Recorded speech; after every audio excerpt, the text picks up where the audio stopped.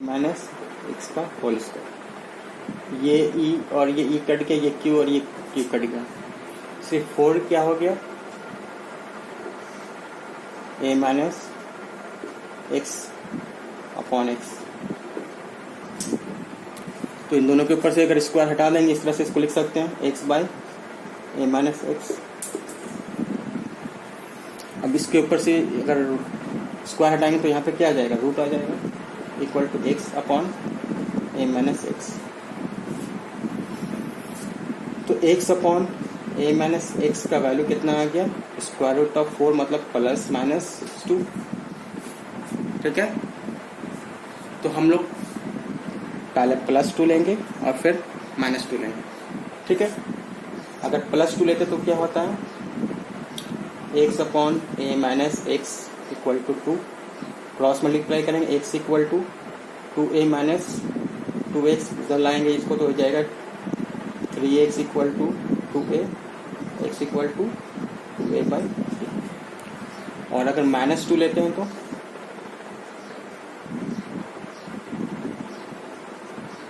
x equal to -2a plus x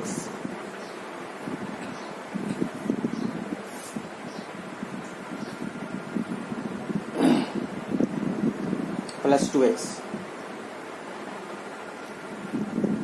तो यहाँ लाएंगे तो x equal to -2x equal to -2, यानी -x equal to -2a, x equal to 2a। तो जाहिर सी बात है यहाँ पर x का वैल्यू आ रहा है 2a, यानी टोटल डिस्टेंस का भी डबल, यानी कि हमको कहाँ प्लेस करना पड़ेगा, इसको बाहर प्लेस करना पड़ेगा, जो पहले बता दिया कि ऐसा पॉसिबल नहीं हो सकता।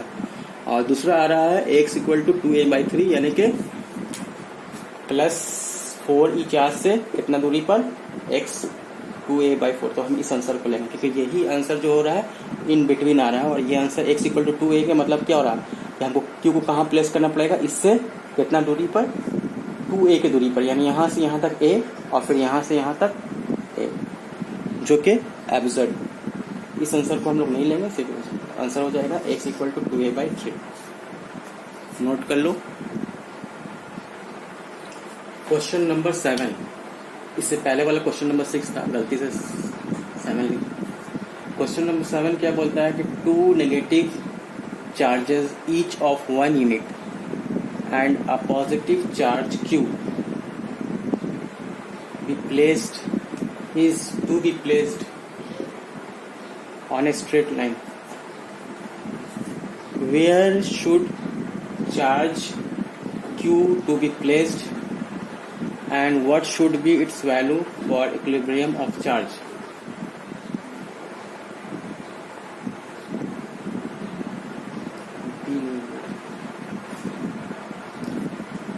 मान लो ये स्ट्रेट लाइन है, यहाँ पर हम 2 नेगेटिव चार्ज को प्लेस किया, इसका वैल्यू क्या है, Q1 भी -1 है और Q2 भी -1 नेगेटिव चार्ज ऑफ यूनिट 1। ठीक है, and A positive charge Q, एक पॉजिटिव चार्ज है जो सिर्फ Q है, उसको प्लेस करना है इसी स्ट्रेट लाइन में, इस तरह से प्लेस करना है। पूछ रहा है कि where should be Q to be placed and what should be its value for equilibrium of the charge. हम एक +Q चार्ज को कहाँ पर प्लेस करेंगे इस स्ट्रेट लाइन में, कि ये अच्छा ये बता दिया इसका साइन प्लस है, ये कहाँ पर प्लेस करेंगे कि ये पूरा का पूरा सिस्टम इक्विलिब्रियम में हो, यानी इस चार्ज पर नेट फोर्स क्या हो, 0। तो हम जैसा कि पहले बता चुके हैं कि अगर ये दोनों चार्ज का साइन सेम होगा, यानी या तो दोनों प्लस होगा या फिर दोनों माइनस, दोनों प्लस या दोनों माइनस होने से इस +Q चार्ज को या Q चार्ज को हम इस चार्ज के इस तरफ या इस चार्ज के इस तरफ प्लेस नहीं कर सकते। एक ही ऑप्शन मेरे पास बचता है कि उसको इनके बीच में, बिटवीन में कहीं पे प्लेस करें। हम मान लो यहाँ पर कहीं पे एक जगह में प्लेस कर दिया इसको, +Q चार्ज, जो पहला Q1 से कितना डिस्टेंस पे है, से x डिस्टेंस पे, और Q1 और Q2 का डिस्टेंस भी दिया हुआ नहीं है, हम उसको वहाँ से वहाँ का डिस्टेंस को हम r मान लेते हैं। ठीक है, तो यहाँ से यहाँ का डिस्टेंस क्या हो जाएगा, r माइनस एक्स।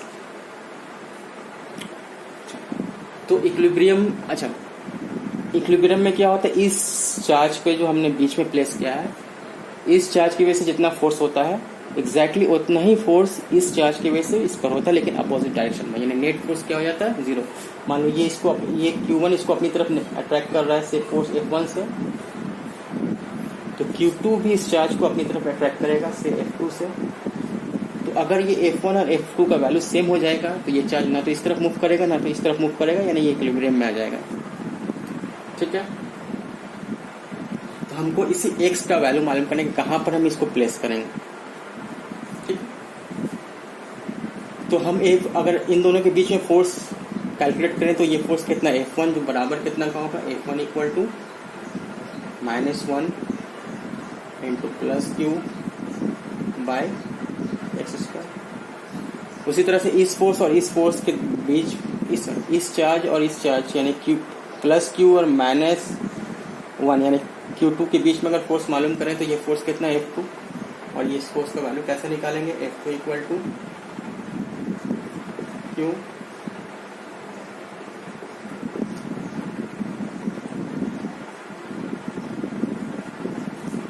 आप बोल रहे हैं कि ये चार्ज किस कंडीशन पे है, वो इक्विलिब्रियम में, तो F1 इक्वल टू क्या होगा, F2, यानी कि इक्विलिब्रियम में होने से हम लिख सकते हैं -q by x square equal to, इसको हम मल्टीप्लाई करते तो -q by r minus x का होल स्क्वायर, कट गया, कट के 1 हो गया, तो अल्टीमेटली क्या हो गया,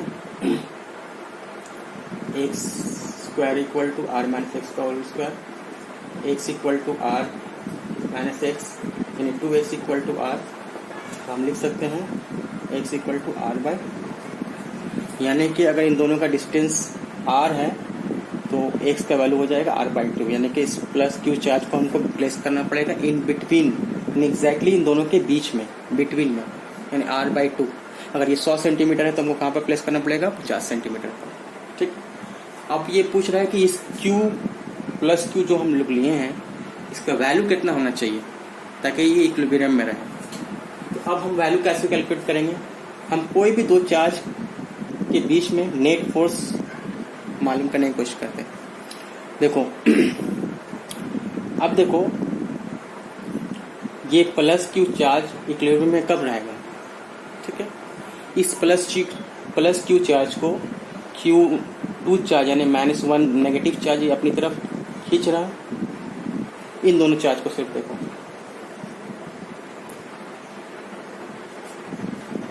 इस Q2 चार्ज को ये प्लस क्यू चार्ज अपनी तरफ खींच रहा है और इस प्लस क्यू चार्ज को माइनस Q2 चार्ज को यानी -1 चार्ज को ये इस दूर भाग रहा है, इससे क्या हो रहा है, ये इसको रिपेल कर रहा है, यानी इस चार्ज पे साइमल्टेनियसली दो चार्ज का इफेक्ट हो रहा है। एक तो ये पॉजिटिव चार्ज ये अपनी तरफ खींच रहा है और ये नेगेटिव चार्ज इसको अपनी तरफ से दूर भागने पर मजबूर कर रहा है। तो इक्विलिब्रियम के लिए क्या चाहिए कि ये दोनों के बीच का डिस्टेंस क्या होना चाहिए, सेम होना चाहिए, कांस्टेंट होना चाहिए। मतलब इसके मतलब ये हुआ कि इन दोनों के बीच का जो फोर्स है से F वो क्या होगा, -1 बाय यहाँ से यहाँ का डिस्टेंस क्या लिया था, r स्क्वायर, यानी कि बस ये बराबर होगा, यानी ये फोर्स ऑफ रिपल्सन हुआ, ये बराबर होगा इन दोनों फोर्स के, इन दोनों चार्ज के बीच के फोर्स ऑफ ट्रैक्शन। तो इन दोनों को ले लो, इसको बोल दो F'। ये कितना है, प्लस क्यू, ये कितना है, -1, और इन दोनों के बीच का डिस्टेंस कितना अभी निकाला, r/, ये दोनों को क्या होना पड़ेगा, इक्वल होना पड़ेगा। ठीक है, ये दोनों इक्वल है ऑलरेडी, तो F इक्वल टू F' मतलब 1/r² equal to -q bye, इसको अगर आर स्क्वायर बाई 4 करोगे ऊपर में 4 आर स्क्वायर हो जाएगा, आर स्क्वायर क्या हो गया, कट गया, तो क्यू इक्वल टू क्या हो जाएगा 1/4। क्यू का वैल्यू क्या हो जाएगा 1/4। ठीक है, यानी क्यू का मैग्नीट्यूड जो होना चाहिए 0.25 के आस, ये इसका क्यू का मैग्नीट्यूड निकलेगा।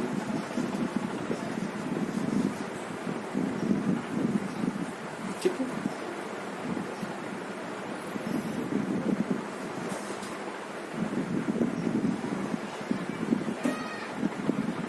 इसको कॉपी कर लो। इसके बाद आते हैं क्वेश्चन नंबर 8 में।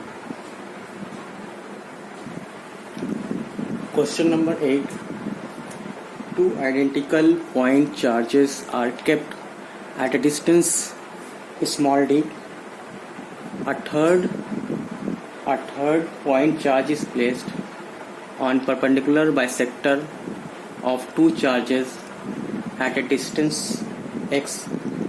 Show that a third charge will experience a maximum force when x equal to t upon 2√2.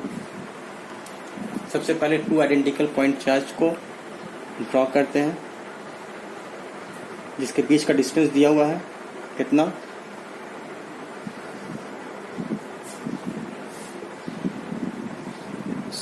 Small D, यानी एक पॉइंट चार्ज ये Q1 और एक पॉइंट चार्ज ये भी Q, ये भी Q, दोनों आइडेंटिकल चार्ज, और इन दोनों का ये परपेंडिकुलर बाइसेक्टर है, यानी बीच से इसको बाइसेक्ट करने वाला लाइन है। इस पर एक दूसरा चार्ज प्लेस कर दिया, तीसरा चार्ज से उसका नाम रखा हम Q डैश। वो इस परपेंडिकुलर बाइसेक्टर से कितना दूर में प्लेस किया गया है, x, यानी यहां से यहां का डिस्टेंस कितना है, x। हमको ये प्रूफ करना है कि इस पर फोर्स मैक्सिमम तब होगा जब x का वैल्यू d/2√2 के बराबर हो।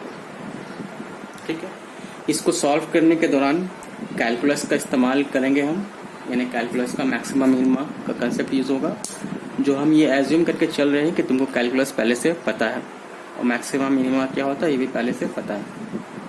ठीक है, देखो इन दोनों के बीच का डिस्टेंस को हम r बोल देते हैं। तो ये अगर ये आइडेंटिकल चार्ज हुआ, अगर ये प्लस, ये फॉर एग्जांपल ये Q डैश भी अगर प्लस हुआ और ये चार्ज भी प्लस हुआ, तो ये इसको क्या करेगा, रिपेल करेगा, इस तरफ एक फोर्स आएगा से F। ठीक है, उसी तरह ये फोर्स, ये चार्ज भी इस चार्ज को इस तरफ क्या करेगा, धक्का देगा एक फोर्स से F। दोनों का वैल्यू सेम होगा F, क्योंकि ये सब आइडेंटिकल चार्ज है, ये दोनों आइडेंटिकल चार्ज है और ये Q डैश है।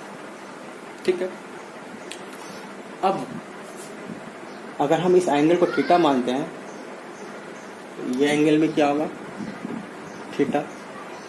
तो अगर इस फोर्स को हम 2 कंपोनेंट में तोड़ सकते हैं, एक इस फोर्स का कंपोनेंट इस तरफ F cos थीटा और इस तरफ F sin थीटा। इसी तरह ये फोर्स भी इस तरफ टूट जाएगा, ये थीटा होगा क्योंकि ये थीटा, F cos थीटा और इसका दूसरा कंपोनेंट F sin थीटा। तो देखो हुआ क्या कि ये F cos थीटा, ये F cos थीटा एक दूसरे को कैंसिल कर देगा, और इसका कंपोनेंट F sin थीटा इधर भी आ रहा है, इसका कंपोनेंट F sin थीटा इधर भी आ रहा है। तो यहाँ पर F sin थीटा और F sin theta, 2F sin theta total net force पर एक्सपीरियंस हो रहा है यहाँ पे इस Q डैश चार्ज पर। तो नेट फोर्स जो F है वो कितना हो रहा है, F sin theta plus F sin theta. एक इस फोर्स का कंपोनेंट F sin थीटा, एक इस फोर्स का कंपोनेंट F sin थीटा। ठीक है, ये हो गया नेट फोर्स, F डैश बोल दिया, यानी कि 2F sin। तो ये F का वैल्यू क्या होगा, ये F का वैल्यू होगा Q क्यू डैश अपॉन इन दोनों का बीच जो distance r, r square. F को लिख सकते हैं Q dash upon r square sine theta. इसकी वजह से क्यू और क्यू डैश की वजह से जो फोर्स आ रहा है वो भी एफ है, और क्यू और क्यू डैश की वजह से जो फोर्स आ रहा है वो भी एफ है। तो ये एफ और एफ दोनों सेम होगा, इसीलिए इसको 2f लिख दिए, और इस सिर्फ एफ का वैल्यू पुट कर दिए, मतलब काम हो गया हमारा। अच्छा, अब क्या करेंगे हम, 2q डैश को वैसे रहने देंगे। यहाँ पे r भी एक वेरिएबल है और थीटा भी एक वेरिएबल है। हम क्या करेंगे, यहाँ से यहाँ का डिस्टेंस को हम बोल सकते हैं d/2, क्योंकि ये पूरा डिस्टेंस है d, तो ये हो जाएगा हाफ डिस्टेंस d/2। ये डिस्टेंस है x, तो ये r वैल्यू क्या हो जाएगा, perpendicular square plus base square. तो r की जगह में हम लिख देंगे x स्क्वायर प्लस d/2 का स्क्वायर, तो हो गया r स्क्वायर। और साइन थीटा का मतलब क्या होता है, साइन थीटा का मतलब होता है परपेंडिकुलर अपॉन हाइपोटेन्यूस। तो यहाँ पे परपेंडिकुलर क्या है, x है, और हाइपोटेन्यूस क्या है, r है। साइन थीटा की जगह में लिख सकते हैं x/r।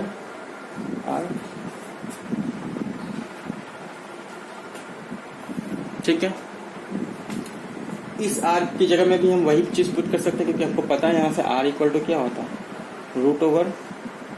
√x² plus d²।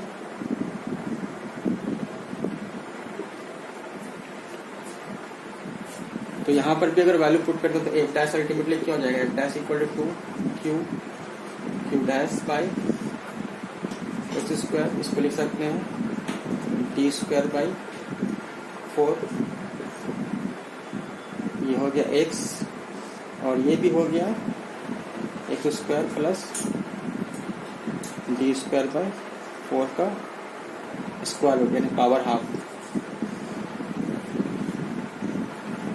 Ultimately f equal to क्या हो जाएगा,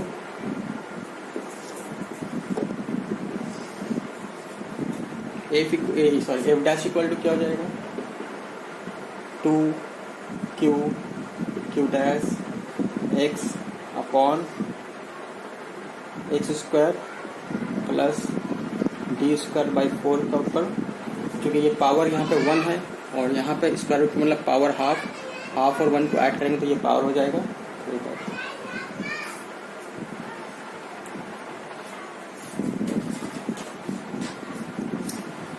अब ये वाला हम मिटा देते हैं।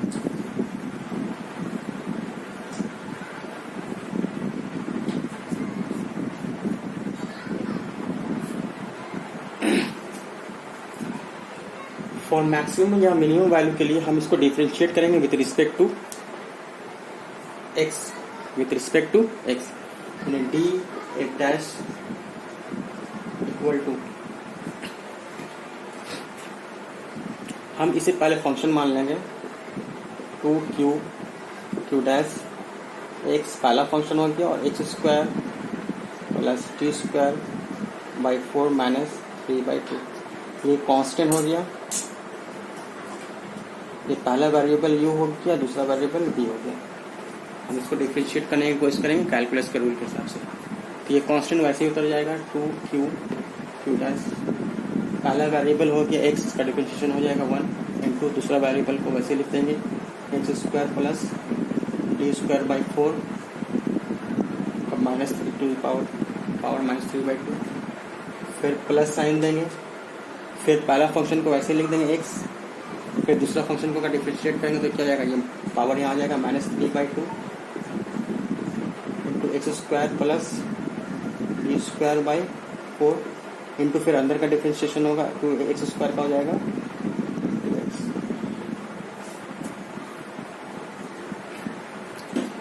तो हो जाएगा क्या, ये 2q dash x² plus d²/4 to the power minus 3/2 minus ये 2 और ये 2 कट गया, minus 3x²,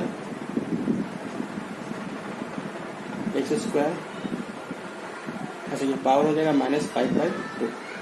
n into n minus one, ठीक है।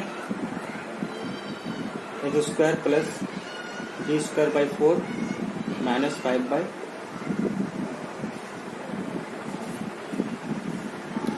अब फोर्स मैक्सिमम तब होगा जब d F dash d x का वैल्यू 0 होगा, तो हम इसको 0 बोलेंगे for maximum force d F dash d x का वैल्यू क्या होना चाहिए, 0 होना चाहिए। मतलब ये पूरा का पूरा को हम क्या बोल देंगे, इक्वल टू 0। जब इक्वल टू 0 करेंगे तो क्या हो जाएगा, 2 dash x square plus d square by 4 minus 3 by 2 minus 3 x square plus d square by 4 minus 5 by 2 equal to 0। तो क्या होगा, इससे अगर कॉमन ले लो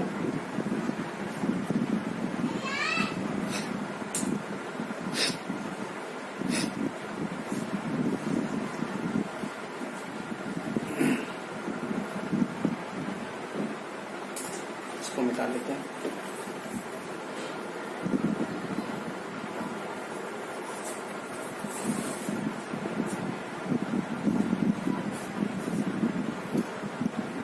इससे कॉमन ले लो 2 dash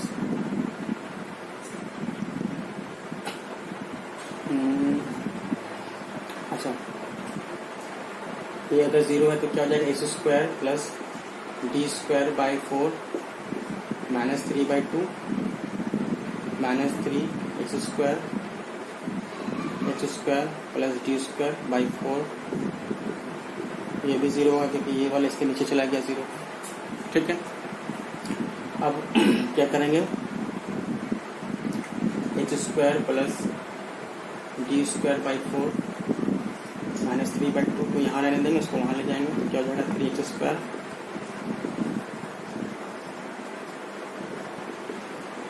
minus 5 by 2।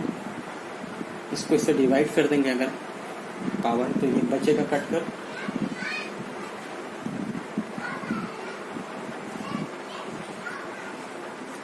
Minus 3 by 2 यहाँ लेके आएंगे तो प्लस 5 बाई 2 हो जाएगा 3 एक्स स्क्वायर। ये पावर को देखो, यहाँ पर अल्टीमेटली क्या बचेगा, पावर इंडिसेस के हिसाब से 1।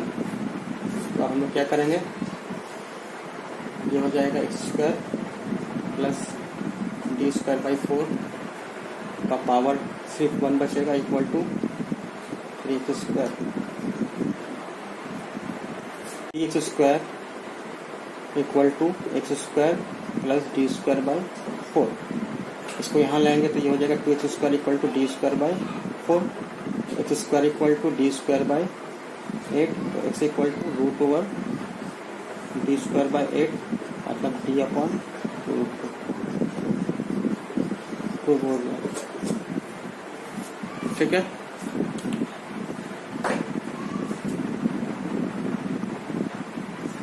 नेक्स्ट डे हम लोग प्रॉब्लम करेंगे electric field and line of force के ऊपर, ठीक है। प्रॉब्लम 9 से स्टार्ट करेंगे।